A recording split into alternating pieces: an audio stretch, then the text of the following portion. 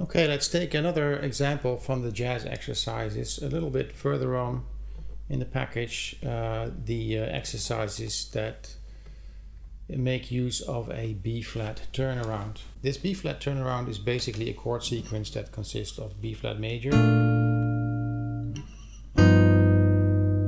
G7 plus 5, C minor, minor 7th or minor 9, and then an F7 or an F13. So B flat, G, C, F. That's typically a turnaround.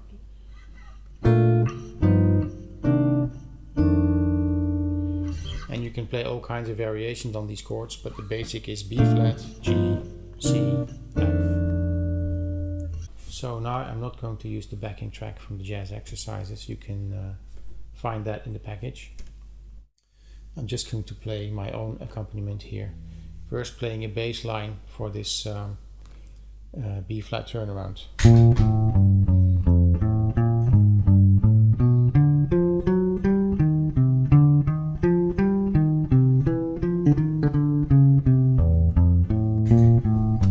So then I want to add some chords.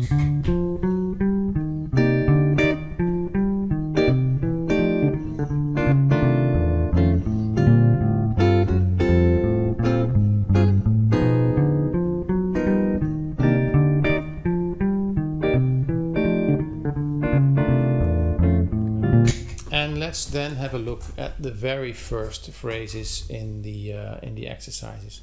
This exercise actually demonstrates several things. We talked before about playing in a single key and about changing keys.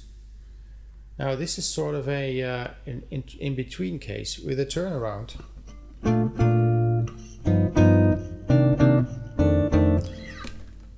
It sort of changes keys, but it also doesn't. So it means it starts at B flat and then you get some different chords, but they are quite brief, and it returns to B flat. So the whole feeling of this part stays in B flat, even though there are different chords here. You can basically think this whole part in B flat. At least that's one way of approaching it. So if you approach it in a single key as if it's a single key, you're going to play basically just using the scale of B flat. And that can work quite well if you choose the right notes. So let's have a look at the first phrases from the exercises. It goes like this.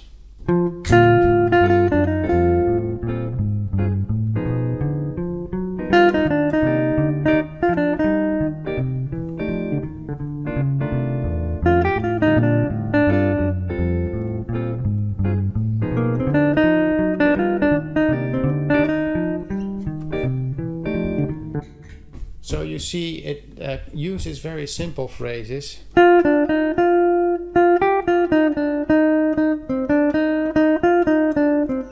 Things like that. So that's a very good way to start. It gets you into the groove, into the song, using very simple phrases. Also, there are lots of spaces in between. So you get this,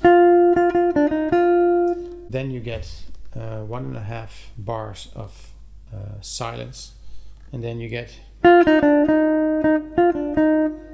and then there's a space again. So that's another thing.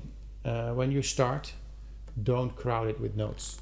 You'll just get confused, you'll just get stuck. There's no point in doing that. Just play a few notes. Let it sink in. Listen what you played, hear it, and then play the next couple of notes. Don't rush it. So keep lots of space, and actually that's anyway good advice for any improvisation, to leave plenty of space. But certainly in the beginning, when you're trying to learn, just don't play too many notes. That's one of the most common mistakes. You want to play more notes, but don't do it. Okay, let's take the next part of this very simple improvisation, of this very simple solo.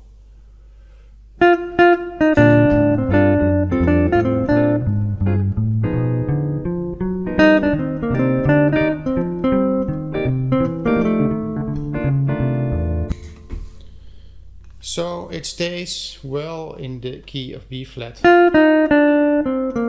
These notes, in fact.